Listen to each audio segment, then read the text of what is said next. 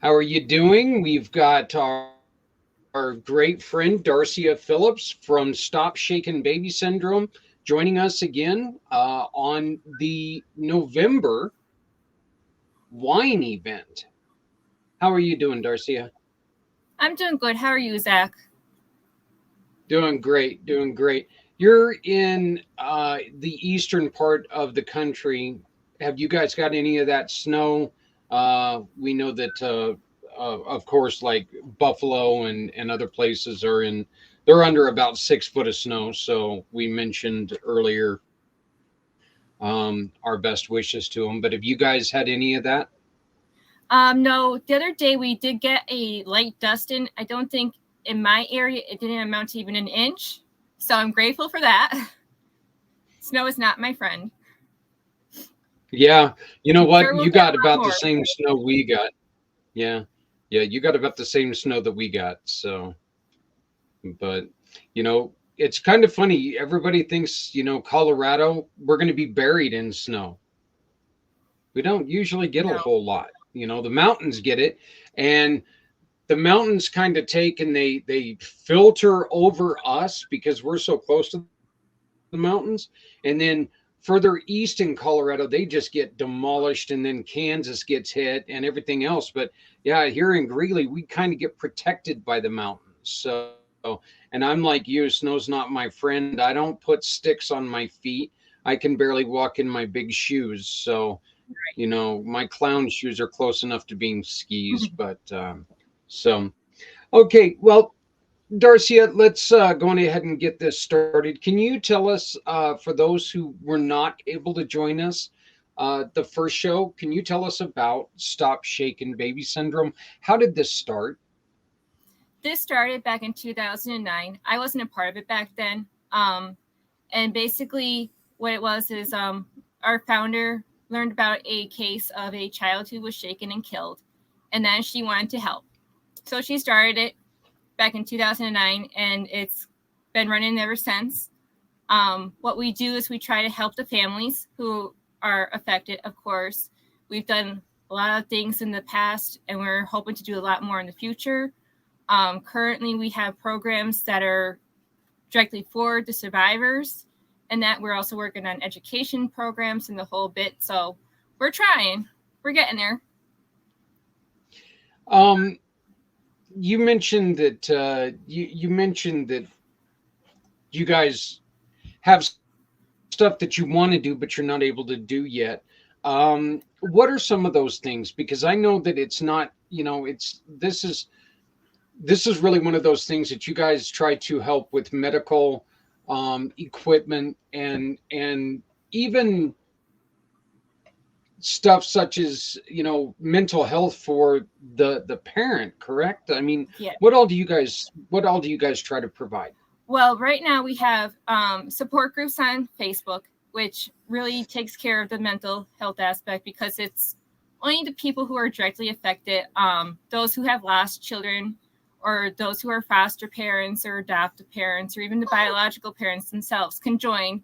And it's nothing is taboo. We talk about everything. We talk about problems with the case management, the investigation process, family relationships, everything goes on in the support groups. We also talk about how to get services for the parents, for the children, and how to best support not only the child, but the families themselves with everything that goes on, because it's very taxing for some people to be the sole provider for the child while they have a spouse or significant other working outside the home, or they're the only provider. It's a lot. And that so the support group kind of takes care of all that.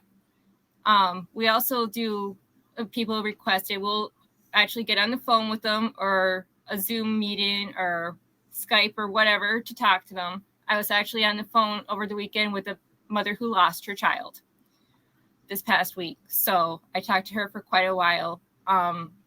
It's not uncommon for us to do that.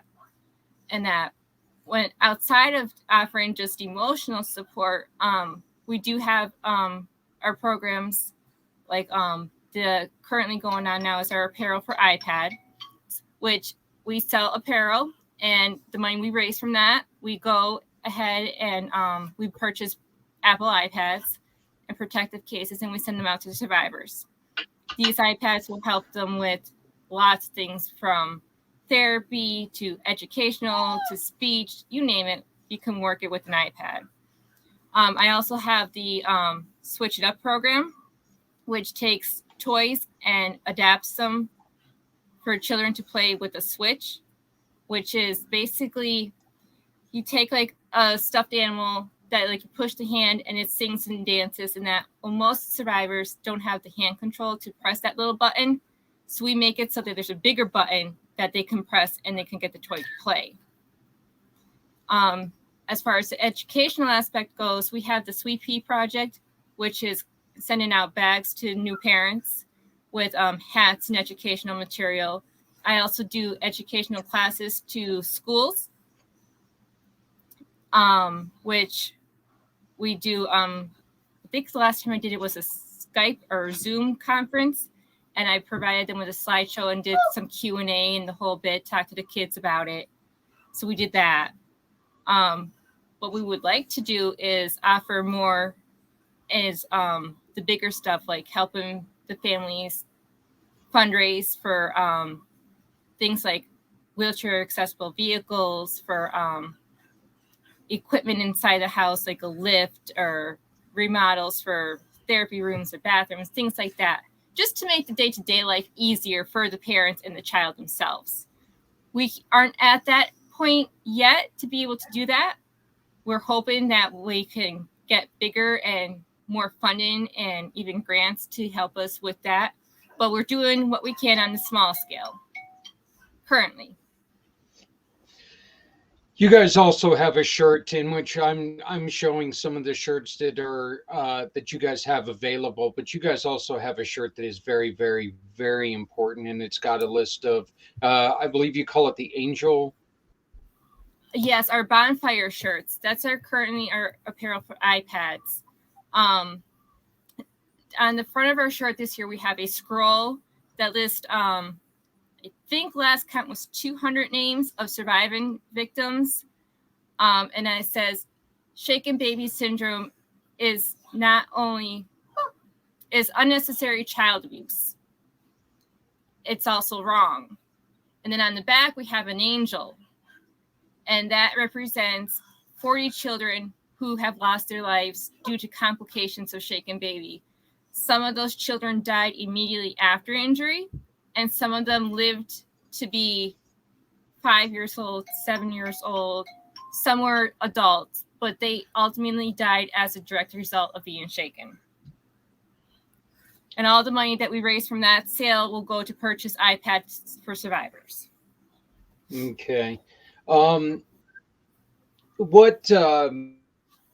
What is your advice? Because what you just said, what we just talked about on the babies dying is something that this isn't a scare tactic. This is a realism. Shaking a baby can be the death of your child. Correct. Is there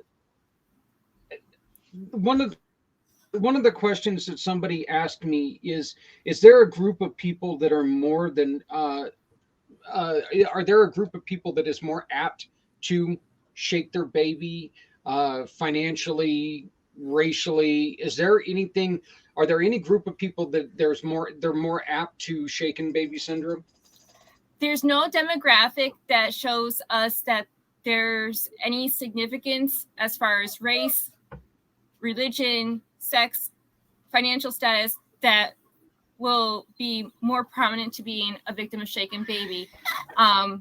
In our cases, within our own support groups, we have seen it be some as political officials, congressmen have had their children that were shaken. There was a case where the child was actually shaken in the hospital. The baby was only 12 hours old. So there's really no rhyme to reason to it. The only thing that we have noticed within the stats is that, and it's only a very small margin of difference, is that it's more male offenders than female offenders. Yeah. But that's a very small margin of difference. So it can really be anybody. is the reason it's male, in your opinion? I mean, this is actually one of those questions where it's got to be your opinion, because there's probably not a lot of scientific fact behind it, but do you think it's more male because the men don't carry the child, so they don't have that same connection? Is in your thoughts, is this one of the reasons why there are more men? Like you said, there's not a huge split, but There's not. I think it all depends. I know in my own experience that it doesn't seem to make a difference who you are. It's more what your patience level is. I know I've seen some men that have patience of a saint that can handle a lot of crying and, just difficult behaviors. And then I've seen some women that have that same patience level, but then on the flip side, they don't. So I think for stat aspect in that, I think the reason we see being more men that cause this is because men, the general consensus is that men are the hunter-gatherers of society, and that so they have to be the ones in control all the time. And when you have a child that is being difficult, crying or whining, or you can't figure out what they want or what they need, they kind of lose it a little bit more quickly, and they don't realize what they're doing. So they will try to pacify the child and think, okay, if I just do this, the baby will stop crying. When in reality, normally it makes the baby cry more. And then they don't know what to do, and they lose every ounce of control they have. And then it's too late. what is your suggestion When it, to prevent shaken baby? I always say, if your child is crying, and people say there's no way you can do it. I was like, if your child is crying, take your child, put your child in the crib. The crib, pack and play, playpen, whatever you want to call it, is often very secure. There's nothing in there. Make sure you don't have any pillows or blankets or stuffed animals, in the crib, and just put them down. Lay them down. And then if you have to, close the door, walk away, take a breather, sit outside the door if you want, have a coffee, make yourself tea, whatever it takes. And then after a couple minutes, if you get yourself collected, walk in, see if the child's still crying. If the child's still crying and you don't feel like you can do this, okay, the baby's not in any danger. You can see that you're still in the crib. There's nothing they could get hurt on. Turn around, walk right back out. Do the same thing again. If after 10 minutes or so you're still feeling like you can't do this, I want you to go back in, check on the baby as many times as you have to make sure that baby's okay. But then pick up your phone, call your doctor's office, call your mom, call your grandmother, call your neighbor, your friend, whoever you could think of to call, and say, listen, I'm here with this child. They're crying. I don't know what's wrong. I've tried all these things and the baby's still crying. What do I do? And if you can't get anybody on the phone, take the baby, put the baby in a car seat, get in the car and drive to the nearest doctor or hospital and say, I'm frustrated. I don't know what to do. The baby has been crying for a long period of time. I don't know what's wrong. Help me. If you ask a medical professional or even just anybody, say, I need help, they will help you. They will help you to figure out what's wrong with the baby. And nobody is going to fault you for saying, I need help. It's very important to just let the baby be. And then ask for the help. One of the things that I found out as being a dad is, generally when I put the child in a car seat, that was the quickest way to get him to sleep. And yes, and the one thing that we have to say this, and look, a lot of times shaken baby is not intentional. It just it strikes and it happens. But even the smallest jolt, the head, you got to remember that a head injury, and this is coming from somebody who deals with the head injury, head injuries are not like anything else. You can't, you break an arm, you put a cast on it, it's going to heal. Head Right. injuries are not like that. And it's One worse with person's head infants. injury is nothing to somebody else, but it's death to someone else. So Yes. you were going to say something? It's important to remember with infants, especially, their heads aren't developed yet. Their neck muscles aren't there. And that's what happens is when you shake a child, you pick them up by the rib cage, more or less, and you shake them back and forth, their head bounces back and forth in the skull, which is what causes the bleeding because the brain is so soft and pliable, which is going to cause irreparable damage. And while the brain is a lot of things and there's so much that we don't understand about it, there's a lot that we do understand. And it doesn't take a lot to understand that it's really not a good um, ratio as to whether or not you're going to be 100% okay, even from just a little jolt. You're going to have some kind of injury, you're going to have some kind of damage. That's why it's always best to just say, okay, I have to put you down or I have to walk away. One of the things that I really wanted to share off of your website is this page. What is shaken baby syndrome? And the reason I wanted to share this is because if you look on here, each one says primarily the same thing, but each of these institutions have a different way of stating what it is. You know, there are so many, you know, different aspects of so many different. First off, great organizations on here: Mayo Clinic, National Institute for Neurology Disorders, and strokes. That one is, you know, personal to me again, because I have the head injury in my, you know. But I mean, there are so many things that you can look on here. If you don't understand what shaken baby is, maybe you don't know exactly how to respond to it, or even if you're doing something wrong. So go here and check it out. um, One of the other questions is there anything that you guys need, supplies, equipment, stuff like that, other than monetary? Is there anything else that you guys need right now that people can get to you? Um, I have several wish lists, if you would, that I have on like Amazon. I have them on Target, Walmart, and things like that that we can take like in kind donations. Um, what we look for is right now what we're doing is a lot of things for like therapeutic, but play therapy.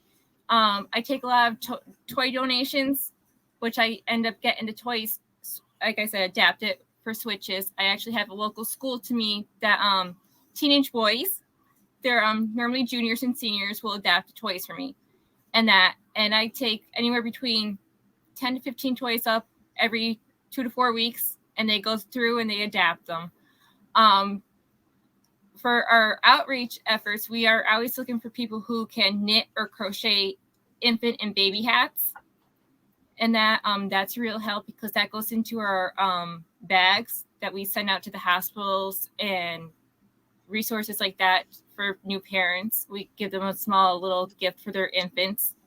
Um, we're always looking for new ideas if people have them as to what they can do or offer. I got in a lot of book donations this year. Some of the books are touch and feel, and that some of them deal with things like feeding tubes or speech delays and things like that. So those are things that will go out into the community for people to read and share with those in their community to help them understand the survivor. And that, so there's a lot of different ways people can help and do things like that. I've never been opposed to trying new things, and that, so if somebody has an idea or just something that they aren't sure of but they think might help and they want to just reach out to us, that's fine too.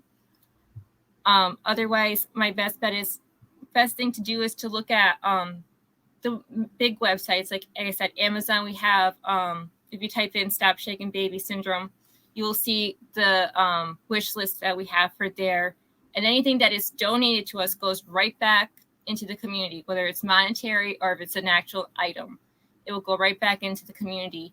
Most of the time it goes into the survivors or education is what we use it for. Um,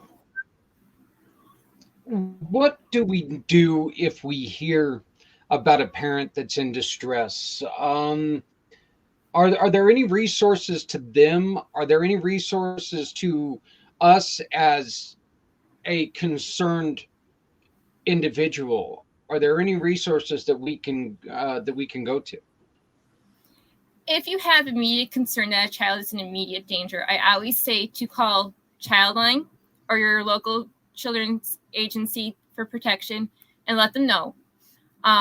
Most of the time they will investigate, and if it's not something that they feel is an immediate threat that they need to remove the child, they will offer services. They will offer counseling. They will offer, support services that way. Sometimes they will take the children. It could be a short period of time that they take the children, or it could actually be a situation where they have to take custody and they need to do it now to protect the child. Those cases get a little bit more tricky as to whether or not the parents will get the children back. It all depends. It takes 2, sometimes 3 years for that to play out. I always say, though, when in doubt, make the call, because you could very likely save a child's life. If you don't know how to get in touch with Child Protective Services in your area, call the cops and tell them, because if they investigate, which they should, and they see the problem and they feel it's a viable threat, they will call the local Child Protective Services and they will get those children taken out of the house immediately. As far as what you can do to help somebody, just be there for them. Be the ear.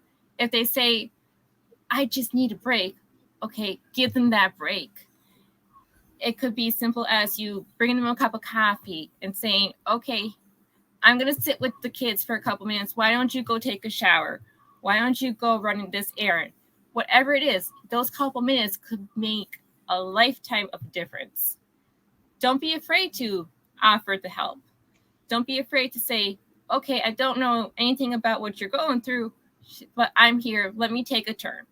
Let me just sit with the kids so you can walk away and do what you have to do to get your head on straight, to give you a mental break. That will be a big help too.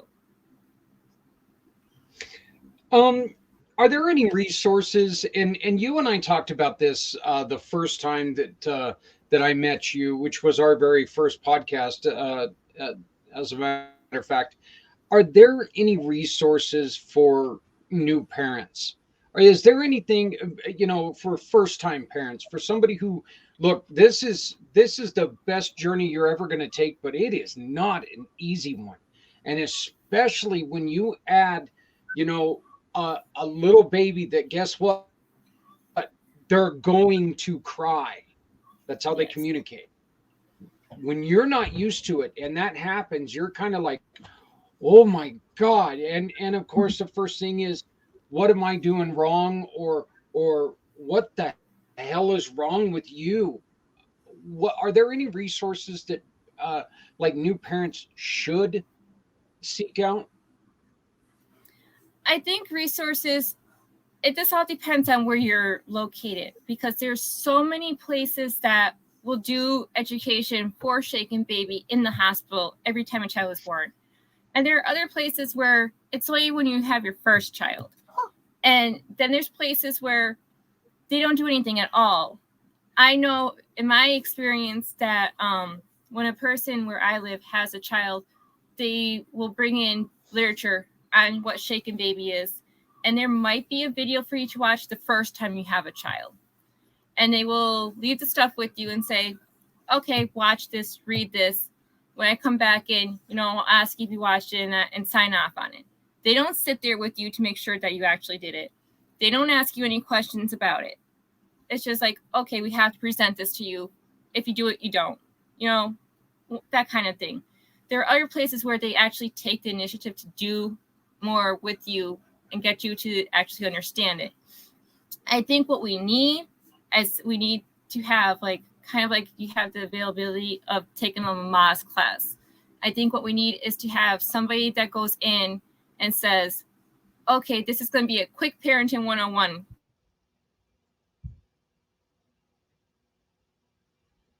Did I lose you? Okay, we're there. We need somebody that does Okay. like a parenting 101, saying like, okay, this is what to expect with the baby. And that these are the things that you could do. These are places where you can reach out to get help, because it varies so much by where you live. And that I always tell people that a good source of information is to look to your doctor, your medical professional. They will know where you can get local help.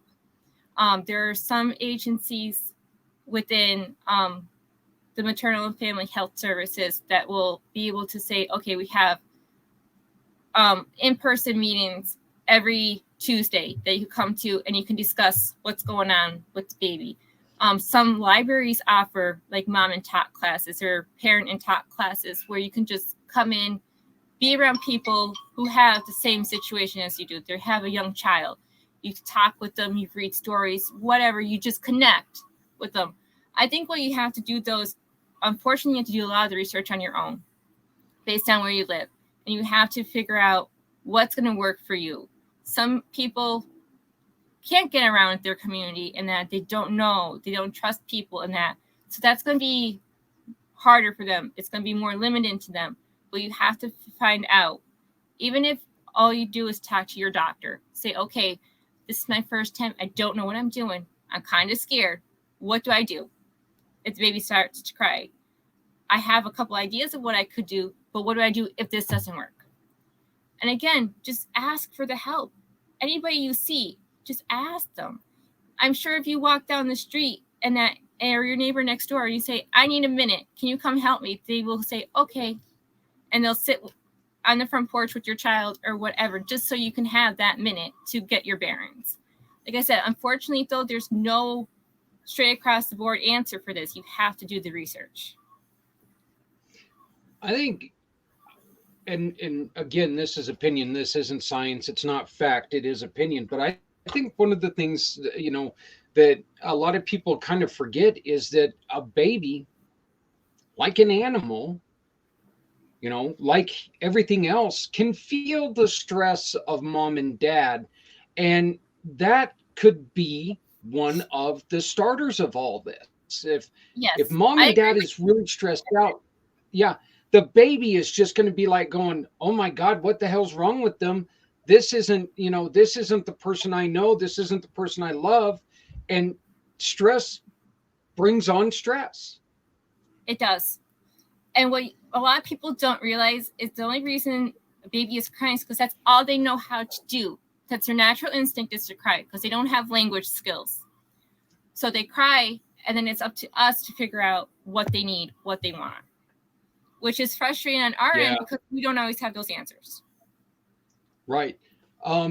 And the one thing that people really need to realize is that if one of the bad things about shaken baby, one of the bad results is, there's a potential that, what, you shake your baby because of frustration, you hurt your baby, and that baby may never be able to talk.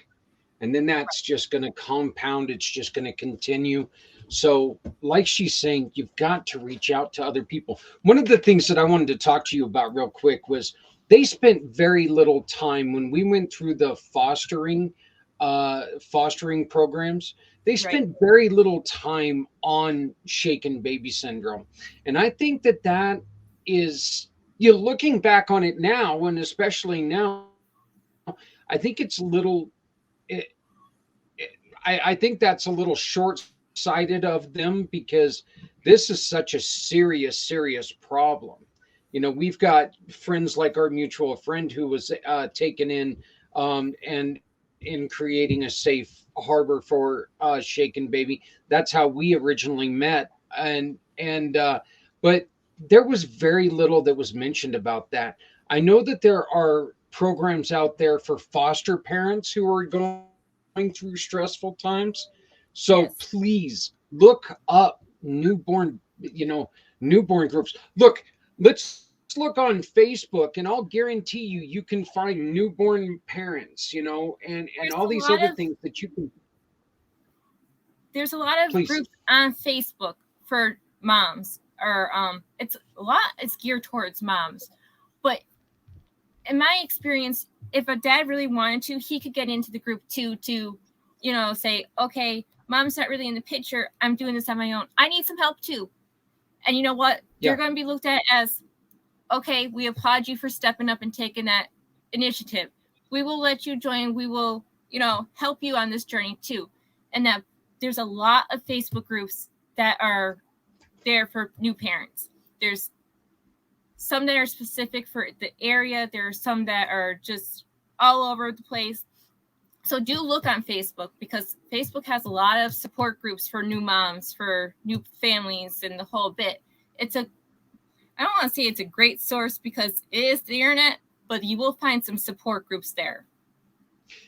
Yet, and this, I like speaking to the guys on this because well, I kind of know something about being a guy, kind of. I'm a terrible guy, but I know a little bit about it. But guys, this is another thing. If you've got a buddy that comes to you and asks you these questions, please don't joke around with this one. Don't sit there and go, oh, look at this, you can't handle. This is look. We're talking about a child that could be in danger here if you don't sit there and take this real. As guys, we have a tendency to take a moment of weakness and turn it into a joke. This is not a joke. This is one of those things we cannot joke about, because we may think it's funny. We may think that, I got this guy. This guy's sitting there really struggling. So guys, you got to, let's not, this is not a time to joke around. Let's really help people. Darcy, I got one more for you, and this is this was an online question. Do you have a current a goal in mind? If we put it 1 year today, okay, what would you guys like to see happen with your program? Oh, that's such a hard question. 1 year from today, I think our biggest goal, in all honesty, is to be able to have the most effect, is to help as many families as we can. And we do a fairly good job at that in the support group for providing the, like you said, the mental support. I would like to be able to see us help maybe say 5 families get something big, or some kind of monetary stipend to help them reach a goal, even if it's just to say like make a repair on their van so they could get the child to and from appointments or out into the community or something like that. If we can help 5 families with something like that to make transportation a little bit easier, or to make daily care easier for the child, I think that would be wonderful. But again, we can't do it on our own. We are doing a lot, and we are so grateful for the support groups that we have. We lost her again real quick, but while her internet is reconnecting, I do want to remind you guys that this right here, this code, if you purchase wine this month using this code here, um, you will be supporting Stop Shaking Baby. A portion of that will go to the mission, and it will help them with what they're doing. As Darcy had mentioned, they've got things like trying to buy equipment and other things. I know for a fact I have been part. I have seen firsthand some of the great things that they do with resources, with help, with counseling. It's such a wonderful, wonderful program. And I want you to make sure that you understand, if you go to stopshakenbabysyndrome.org, or sorry, stopshakenbabysyndromeinc.org. If you go there, you will find, first off, the first thing that you're going to see is a bunch of beautiful, beautiful children who are on here, that uh, you know, they've been shaken. They've been shaken. They've been hurt. Um, they, but this shows that, oh, look at my non-shaken baby here. All right, we're being joined again by Darcia. So, but yeah, if you go onto the website, you can see the pictures of some of these wonderful, wonderful kids that have survived. But you got to remember, they're not all success stories. It's an unfortunate fact. So please, please, please, Shaken Baby Syndrome Inc.org. Go and visit it, look around, support them, buy your holiday wine, and you can support everything that they are doing. Sorry about the technical difficulties there, Darcia. I'm so glad that you were able to join us again. But um, do they one of the other questions that was asked, real quick, and I think this one's a really interesting question because it's something that you would never really think of. Professionals who deal with shaken baby syndrome, do you guys have a place where you can go and talk to each other? Because I know for a fact that when we get to a situation where we've got somebody that we really, really want to help, and we know we can't do everything that everything that they need, I know how hard that is on us. What do you guys do in a situation like that? Because you have your the reason, your why for being in this is tragic. Yes. Do you guys have a resource that you guys can go to when you are feeling like, oh my God, I can't believe we can't do anything?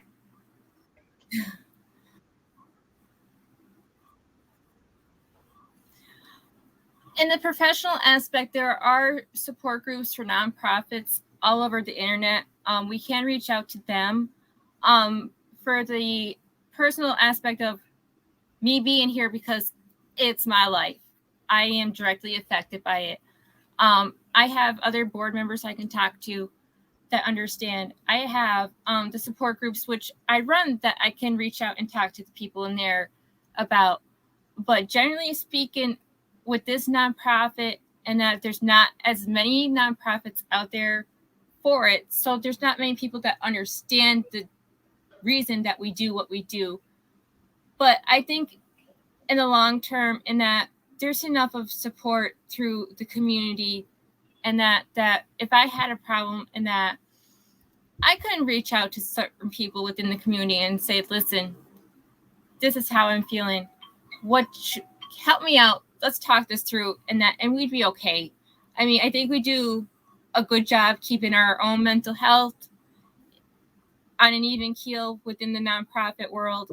It's hard, don't get me wrong. We all have our good days and our bad days, and some days are really, really bad. And that, but we keep pushing because we have to. Because we are one of, probably, actually, I think we are the only nonprofit for shaken baby syndrome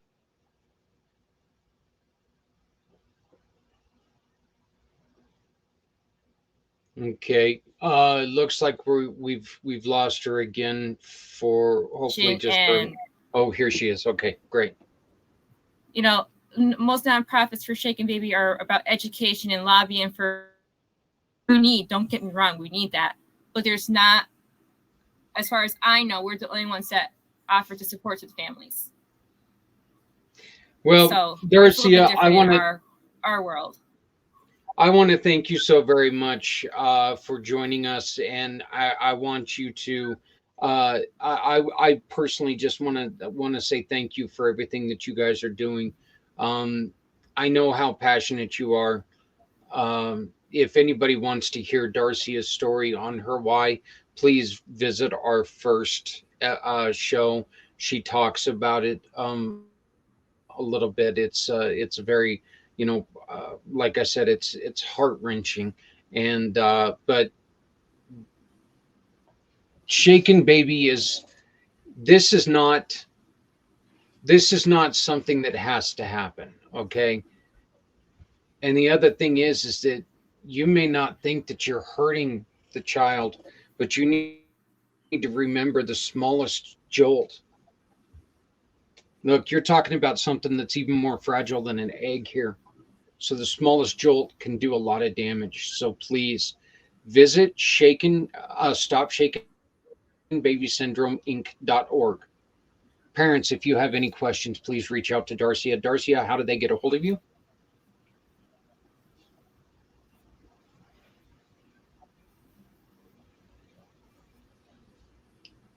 We're having a little bit of a delay, it looks like. Darcia, how do they get a hold of you?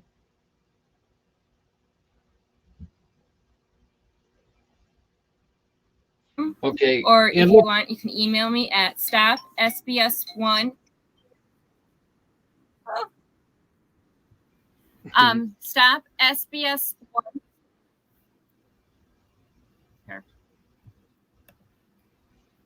okay. So stop I can SBS1. put in the chat here for Dot, you. Stop okay, SBS. thank you. Thank you. Yeah, and then we'll just put it in there. But I want to thank you very much for what you're doing. And then on Facebook, it's Okay. So right here, um, and again, we're very sorry about the connections. Got to remember there are weather issues out there. But right here is the email if you want to get a hold of her in this way. Um, and then on Facebook, you just go to Stop Shaken Baby Syndrome. Give them a like, give them a follow. Check out everything that they're suggesting. There's great, you can probably find some other parents who've gone through some of the things that you're going through. So if you need help, that's a great place to start. Darcia, thank you very much. I look forward to working with you guys a lot more, hopefully here in the very near future. But thank you, please, Jack. from us to you, keep up the great work, and let's stop shaken baby syndrome. Thank you very much.